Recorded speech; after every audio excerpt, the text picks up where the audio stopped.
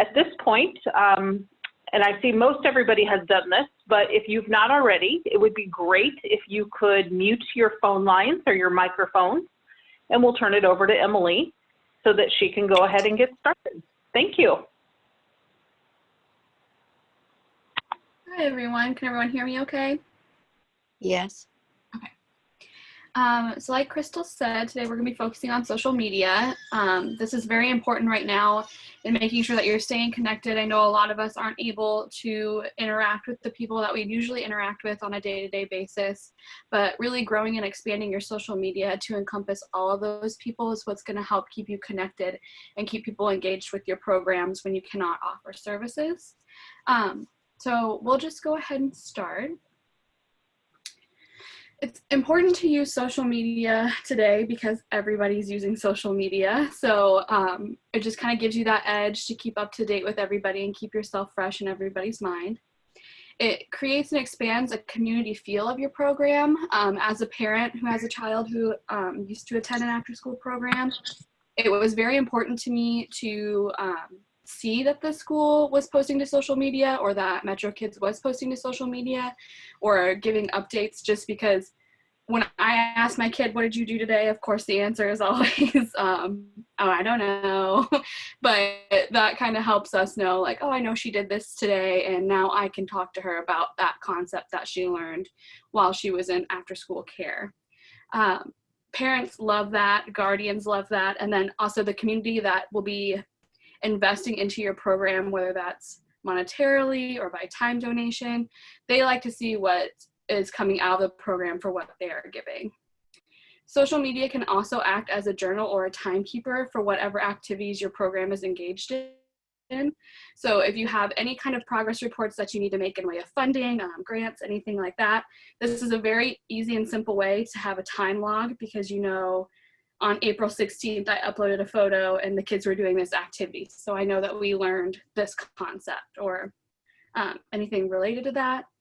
And it also educates other people in the community about the greatness of your program and makes them want to contribute to making your program even more amazing. I really hit on this just because I have an advocacy background, and we know that the community movers and shakers, like legislators and policymakers, they want to have an outward public-facing way to show that they are supporting things in their area. And so having a social media account to post to helps them have that public engagement aspect of, look at this great program that I support, and here's why you should support it too. And that should help grow more of the aid and the effort that's going into your program. So to use social media, you need a platform. There are multiple different platforms that you can be using within your program. I suggest using multiple social media platforms at one time. This helps so that you can reach a wider audience. You might have some younger parents who maybe only use Twitter. You might have some other parents who maybe only use Facebook. You might have some lawmakers who only use Facebook. By making sure that you have multiple social media platforms, you're putting out that information to everybody. If you have posts that occur at the same time, so if you're just posting the same thing, but you want to post it both to Facebook and Twitter, you can use that same content or you can use different content. It's really up to you and how you know that your audience engage and interacts with that content. And if you plan on using multiple platforms for the same content, you could explore using a program to schedule your posts, such as Hootsuite, and that kind of helps. If you want more information on how to use those, we can go into that later. And those are just kind of programs where you can pre-write the content, have it scheduled, and they will send it out for you. So it kind of just removes the step of having to do that in the day-to-day. The first of the social media platforms that we'll talk about is Facebook. It is one of the two social media giants. So if you're going to have any kind of social media account, I would say have a Facebook. It's the best way to reach parents and potential partners, because everybody has a Facebook for the most part. Everybody knows how to engage with Facebook. And it has multiple features for posting and hosting, including text and video or photo posts, event invites and calendar updates, and Facebook Live video streaming. Here's a little kind of how-to on using these features if you're unfamiliar with them. If you want to do any of the live streaming, you just click the little live button above where you would post normally. Or if you start a post, there is a section at the bottom where you can hit live video and that'll start recording you. If you want to create a post, you just kind of click on this what's on your mind thing and it'll give you a text box. But down below here are the features that you'd use to spice up your posts, such as photos or videos that you may have taken. You can tag parents and things if their kids were involved. You can use GIFs and other videos. And then if you want to create an event, just so parents can put that in their calendar, you kind of just go to the general menu and you click create right here.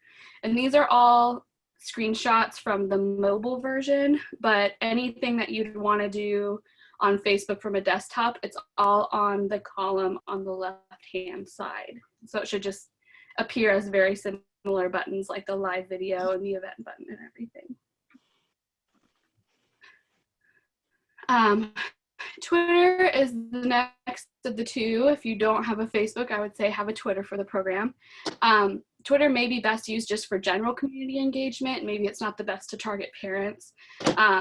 But some people I know, like businesses that might be involved, any social media that I've run for other organizations, I prefer to engage with them on Twitter just because if you have a Facebook, you have to just have a page for them or for that organization. And so interacting as yourself, you don't really follow everybody that you would follow, but you can have a specific business page for Twitter where you can follow other community things. So you might be seeing that a little bit more. Twitter does not have as many features that are as engaging as Facebook. You can just really have text posts, video posts, or photo sharing.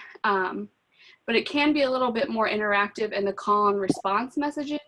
This is because it has a threads feature or a reply feature, and it can be interactive for gaining more attention or engaging with other groups similar to you by using common hashtags and common threads. So a little overview of how to use Twitter here is there's like a little feather in the bottom right corner, and you click on it and it'll pop this up and it says what's happening. That's just where you type any text that you'd want to be in your post. Most specifically, what I wanted to point out from this is that these three little icons that are circled here at the bottom, that's where you're going to add your engaging content. So that could be photos, GIFs, you can do polls, you can post video, anything like that. Twitter has yet to have a live feature, so you don't have to worry about that with this one. And then over here we have circled the little reply button, and that reply button is where you can engage and tweet your reply to something that somebody has said. Emily, pardon the interruption, but we do have a question in the comments box. So okay. Alyssa, her comment is that they currently have a Facebook page, but it's a closed group just for students and families. She wants to know if you think that should be opened up. Yeah, so for different organizations that I've worked with, and I know specifically for my child's school, we have two pages. So we have the one page, which is just for direct engagement with people that might be in that inner circle. So for programs like this, that would be the parents and the students. And then they also have an outward public facing page, which is not as sensitive material. So I've seen that work very well for a lot of people because you can get more of that sensitive content that you might not want to be sharing, like very specific about the day or different things that the kids may be doing, so that there's no like public posting that all of your children will be in one area. That works great for the parent pages, and then you can have parents request to join that page. And then just having the public facing page that people can like or they can follow. And that's for like basic things like enrollment starts on April 1st or, anything to get other parents outside of current parents engaged, I guess, is how I'd best use that, if that makes sense. Crystal, I am having a hard time seeing the question, so if you see any, just stop me, or if anybody wants to ever just stop me and ask a question, please feel free to. Yeah, I was actually just going to say that, Emily. So again, folks, don't be afraid to unmute yourself if you do have a question for Emily. And then also, if you want to use that comment box, I'll be happy to monitor that and ask those questions as the program continues here. And then the next platform we'll touch on is Instagram. This is kind of becoming a way for organizations to share things. I would say it's still more geared towards business advertising, if anything, other than just individual use. But Instagram can be a great place to catalog photos and videos that might have happened within your program. It's not great for sharing information though, so it really is kind of just those feel good, cute pictures or updates so that the parents can see, we learned this concept, talk about this concept at home with your kid. It only has the two basic features, the photo sharing and the video sharing. It also has a live feature. Again, I don't think you'd reach enough people on your Instagram to share information via the live feature. If you're gonna go live, I would say probably use Facebook for that. If you are interested in using Instagram for your program, these are how you use the specific features we just talked about. If you open your plain page or just open the app or open the website, down at the bottom there's a little plus sign within a square and that's where you click that and it'll pop up all of your photos and your videos and you just select what you want to post. It gives you a box to put a caption in or to further edit. And then if you want to go live on Instagram, you click the camera that's usually in the top left corner and you just scroll to live. And then as soon as you press the button, you're rolling and everybody can see you. Another thing that's kind of just good for record keeping or to share longer information that you want to have in video format instead of text format is YouTube.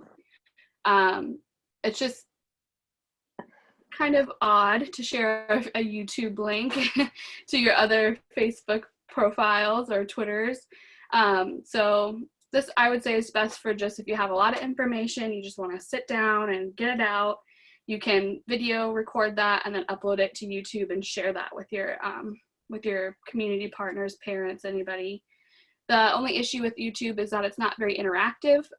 There really is just only the comment section for people to respond. And again, you usually have to use some other platform to share the content that you create on YouTube. So those are the platforms that you can use. Once you start a social media account on any of those platforms, of course, you're going to want to grow it so that you can be using it effectively to be in contact with everybody you want to be in contact with. So these are just the basic how to build your social media rules that I follow. Go on a following spree. Follow any accounts or like other pages that have similar interests as you, or you might target people that you want to follow you back. So if you have some community members you want to get engaged, maybe you follow their page first and then they notice and they follow you back, and then they're getting your information by doing that. This is a great way to get ideas as well. It's not just kind of like content sharing, but it can be a way to build yourself. So if you're following groups or other programs that have similar interests, you might see that they're doing an activity that you haven't done yet. And that's pretty cool. We want to bring that in. So we're going to use that person's content. It's really a way beyond just the network growing to grow the content of your actual program as well. Specifically for Twitter, but you can use hashtags on Facebook. It's always good to use your own personalized catchy hashtags so that your content isn't getting drowned out within all the other hashtags that are occurring. The one caveat with that is that you always need to double check to make sure what other ways the potential hashtag may have been used. sometimes we come up with something that's really creative and then we type it in and we search for it, and then there's some things related to it that maybe we wouldn't want our social media to be related to. So just make sure that the hashtag that you're using would still continue to be appropriate if people were using it in other ways. Make your content entertaining. This is what I try to do the most, just because I know that when I'm looking through other organizations, I tend to miss content if it's just text, just because we all just scroll. We have to have something that catches our eye for us to stop and read. So you should always try to use one piece of engaging content. That can be a video, a photo, anything. It doesn't have to be like a photo with kids in it. It can be a photo with words on it that tries to like encapture what you're trying to say, just so people know like, oh, I need to stop here and I need to read this. That's really the only way to get people to stop. We'll start talking about analytics later, but that's the only way to really get your analytics up so that people are engaging with your content. And it's proven that if you have a photo, it pulls, you know, X amount of more people than what just a text post would. Encourage engagement with your post. That's another way to make sure that people are actually reading and following your content. So ask a question, say, how do you feel about this? Respond in the comments, or create a hashtag and say, we want to see your kids doing the same thing we did at home. Use hashtag whatever to upload your photos and your videos of your children continuing to learn outside of the program.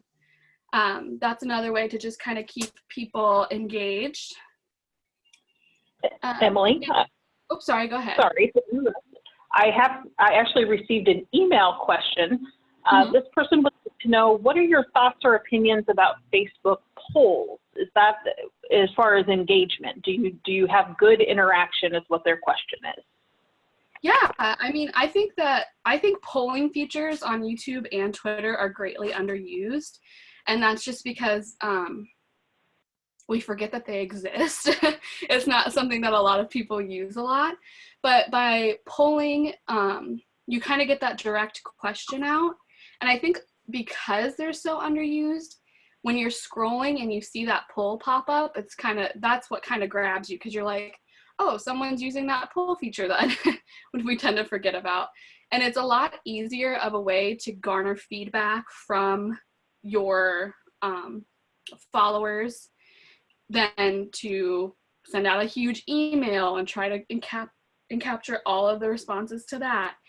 They're great for very simple things, but if you're trying to elicit like a complex answer, maybe you should still go towards like an email or SurveyMonkey or something like that. But I think they're great. I mean, I've used them for things like, we're going to be doing this event. Here's 5 movies we can choose from. What movie would your family like to watch? Or we're going to have a party. Should we have pizza or sandwiches? Which one would you like? And I think I get a lot more clicks on those posts than I do any other. So I would encourage the use of polls. Are we having other questions right now? Because we're at a good spot. Nope. Okay. So just kind of as a wrap up again, use visual content as much as possible and when appropriate. You know, you don't want to post something that's disjointed. You don't want to have like a lot of very serious information that parents need with like a goofy photo of the kids. You want to use appropriate visual content where it's needed. And then use the analytics that you can get to set appropriate goals for your accounts. And you kind of have to track what your social media is doing every week to know if it's being effective. You do have to put that time in, otherwise it's not going to grow. It's going to remain stagnant and maybe not reach as many people as we would like. So let's turn our focus to analytics then. All platforms offer some sort of free analytical analysis, or analytic, I don't know why I put analytical analysis of how well your social media is performing. Facebook has a very in-depth free analytic resource. Twitter is a little bit more basic, and that just kind of follows like who looked at this, who clicked on it, how many people followed or unfollowed you because of this post, how many likes or reactions did you receive, how many people viewed the content, and for how long did they view the content. So if you're posting videos, are those videos really accomplishing what you want? Just because if they only watch for 30 seconds, then maybe we need to change the content. If your post created positive or negative engagement, and if it created either, maybe you need to move in that direction or move away from that direction. And if you're using links, how successful the post was to drive the audience to linked content, and this is known as the click-through rate. Sorry, I'm getting a voicemail right now, and I can't stop it. And then this is what analytics look like on the backside. I just kind of used Facebook for this just because, again, you're going to get the more in-depth analytics from this. Twitter kind of just offers you, here's how many people looked at the post just by scrolling, here's how many people clicked into the post, and here's how many people liked the post. So you don't really get a lot of good content for how you should fix your social media or improve your social media. But as we can see here on Facebook, you can see how many people you reached in total, and that includes people who stopped and looked at the content, people who may not directly follow you but have seen it because somebody shared the content. It shows you how many likes, comments, and shares you received in total, and then breaks it down by like, comment, and share.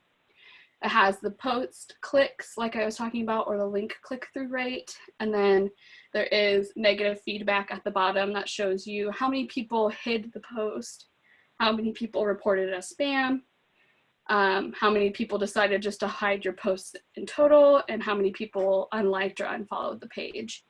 And that's kind of good to know if you're going to change up your content, because if you change it and either one of these sways drastically, positive or negative, if it's positive, we know that this content's working, we should keep making content that follows the same format. If it's very negative, our audience isn't reacting the way that we want them to, and we need to maybe revert back to what we were doing previously. Set yourself attainable goals every week or month. Social media grows as much as you want to pay attention to it. So for somebody who really wants their social media to be an engaging platform where parents are getting a majority of their content, maybe a daily post or checking your social media daily is better. But if you don't really want to put the focus on social media right now, doing weekly posts, doing monthly posts, maybe that's more suitable, but you just have to set something attainable for what you want to achieve. This can be things like, this month I want my total post likes to grow by 5%, and you can get that number by the analytics that we just looked at. Or this week I want to create content that creates 30 more seconds of engagement. So I'm going to try to make my video content more exciting, and hopefully people watch it for that much longer. If you set these goals when you're drastically changing the theme or content of your post, it's going to let you know whether or not what you're doing is correct.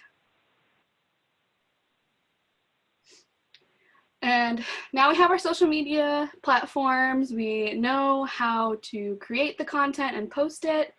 We know what to look for after we post it, but sometimes the hardest thing for me is, what am I going to post today? Especially because I do a lot of daily social media for the programs that I work with, that it gets really hard to generate an idea every day of, what am I going to write?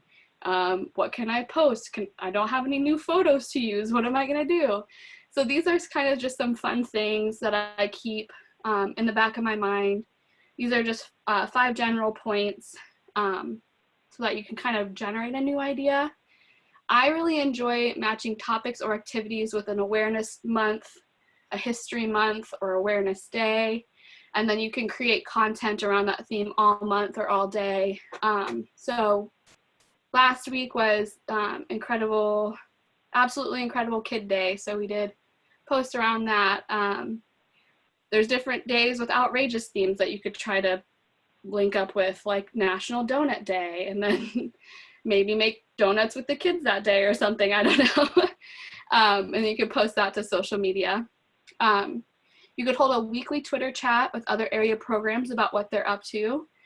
This again is just a good way to kind of create some content, not for your social media, but for your program itself. So new ideas of things to keep the kids engaged. What are other programs doing for activities? What other curriculum are they using?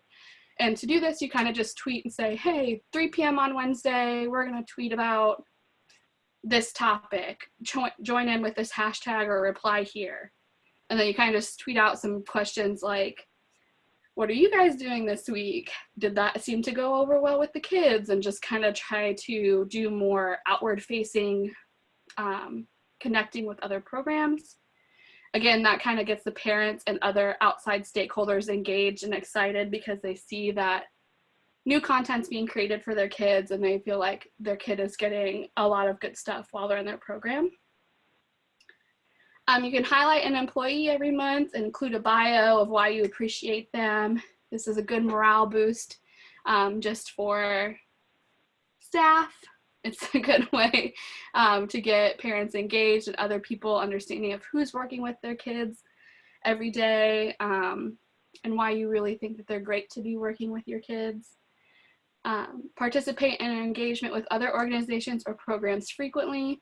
So if you see those call and response kind of things like, hey, we're doing this week, what are you doing? Put a comment, put a little reply.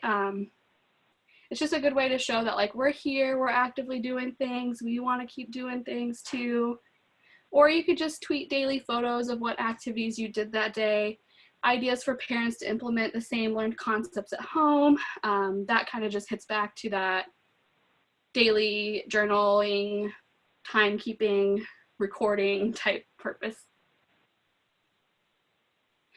And then finally, before you go out and you use everything you learned about social media, there are a few things that you have to make sure that your program is doing what it should and that's protected. Make sure that you're following any social media policies dictated by your program, the school you work from, any of the district officials. So anyway, the official structure of your program looks, if there's a social media policy out there, you should be following it. If there isn't a social media policy created, you can look up very basic social media template or policy templates that you can adapt for your own program so that all staff are using it appropriately and it's not being misused. Any children that appear in photos or videos must have a signed photo release from a parent or guardian. That's very similar to how you would have a photo release for anything else. If you have photo releases currently, those would count for this. You don't need to create a specific social media photo release form. And then all content must be professional and appropriate. Do not use work accounts for personal posting. Don't share personal ideas or beliefs to work accounts. It's always good to make sure that you're not currently logged into your work account when you're thinking about making a personal post. Sometimes that can get a little dicey. But other than that, that's kind of just the general overview and some ideas to get started. If you have any questions, I could take them now. Emily, we do have another emailed question, and they would like to know, should you or can you turn off the tagging feature? So should you allow parents to be able to tag themselves in the pictures you post, and or is there a way to turn off that function if that's something that should not be done? Yes. So it should be handled by the privacy specifications. So I know that like when you create the account or you create the group page, you can set the privacy restrictions for the posts coming from that page. That's done in settings. I know Facebook, which I think would be probably the only place where you could tag yourself, would be, they kind of handle that. So if you take it off of public, because you really shouldn't have your social media pertaining to children like outwardly public unless that's just your page for reaching other stakeholders, in which case you probably shouldn't use photos or videos of your kids, just some good content. But once you remove that from public, it should remove different stipulations. Tagging should be in that.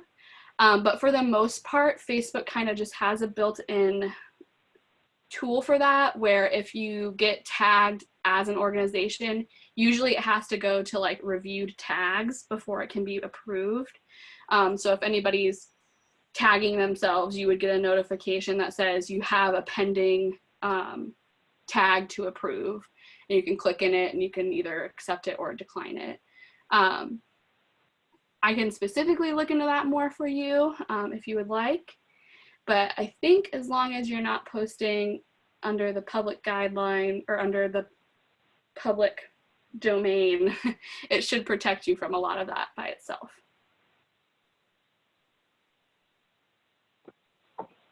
Thank you. Does anybody else have questions for Emily this morning? You can either unmute yourselves and hop on the phone line or use the chat box. And while we're waiting for people to hit those buttons and such, I posted the question, what are some ways that your program currently uses social media? Cassie has shared this morning that they post events, live videos of activities, and links to other activities and websites. And she also gave a shout out to St. Mark's. She said that they have a great Facebook feed and she likes to follow them. And then she also provided a link. So Hi, I'll be quiet for a minute. Hi, Crystal. This is Beth actually from St. Mark. So thank you. I appreciate that. We work really, really hard on our social media. And it's one of the ways that we really connect with our families and do some crazy fun stuff, especially right now. We're sharing lots of videos from our partners doing really cool things. So it's not just one person. But one of the things you were talking, Emily, about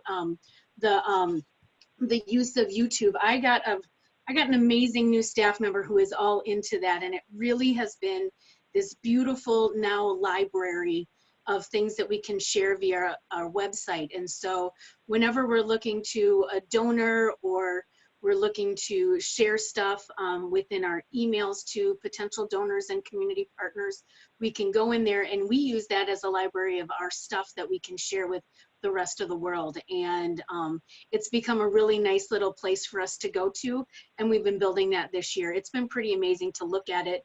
And then there's this huge library then on our website with all of that. We've got a YouTube station now. It's totally cool. So, but it's been a really great tool for us, social media in general, to make sure that we're getting out the right stories and trying to be as innovative as possible and staying above the muck out there and giving goodness, because and we wanted to do that before all of this was happening too. And so, but it's really about storytelling the whole way through. So thanks for the kudos, that's pretty awesome. But yeah, we love it.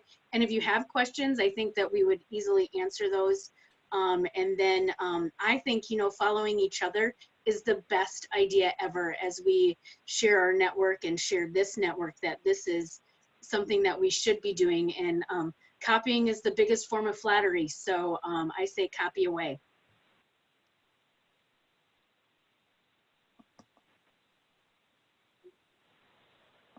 Thank you. Emily, another emailed question. How do you feel about youth-driven or youth-made content? Oh, yeah, I think that that's awesome. I think that that can really start at any age, just because we live in a technology world, we live in a social media world, and I think that giving your students the chance to do that is a way to teach them proper use of social media, how to be appropriate on social media, because they're just going to be doing it anyway. So you might as well implement it in a way that's a learning moment for them.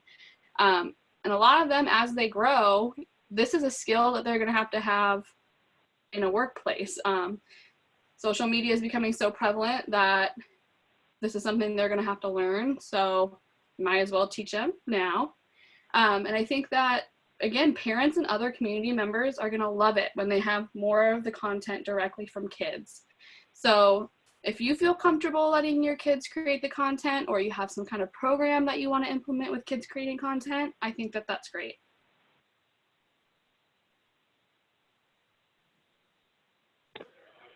Thank you. Any other questions for Emily today?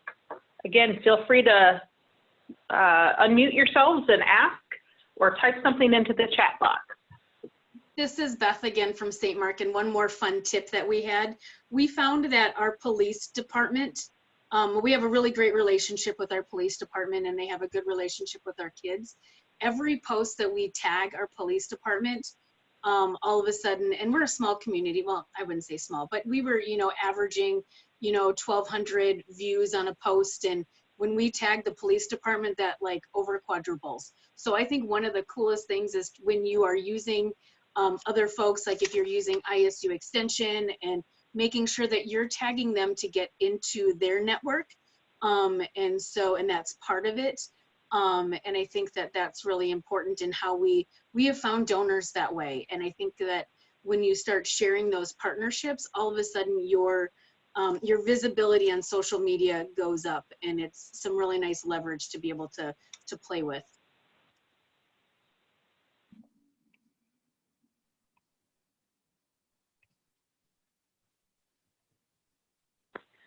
Great. So I did actually just post in the chat that if any of you have a specific question, or if you'd like to maybe pick Emily's brain about something connected to social media, I put her email address in here. So that's just eharris@sppg.com. And I'm sure she would be happy to answer any of those questions that you might have. Brittany and I are also here for you anytime you have questions, although I'll just give full disclosure. I use social media, but not the way that Emily knows it inside and out. So I want to thank her for that skill set, because those of us of a certain age really appreciate it.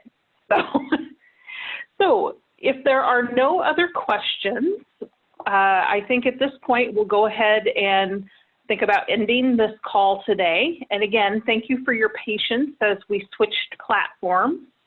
I think, again, just during this crazy work from home, strange time, some of those platforms are just not working the way that they thought they had to. So I'll check one more time, and or you can hop on again one more time and unmute yourselves with questions. And other than that, feel free to leave the meeting, and everybody have a wonderful day. Crystal? Yeah. Crystal, this is Billy Stone. I'm not sure if I did all this right, but I guess if you're hearing me, I got into the the Zoom okay, right? Yes, and actually you're showing up right on my screen here, Billy, so I think that's good. Were you able to see this today? I was able to see it, but I didn't give you guys a picture. Can you see me? Oh, that's terrible. It's okay. We can't see you right now. You have yourself blocked. But Billy, Okay. If you want to contact me offline, I'm happy to give you a quick tutorial for Zoom if that's interesting to you. Perfect. I appreciate it. And thank you very much. Bye. I think I'm doing this right.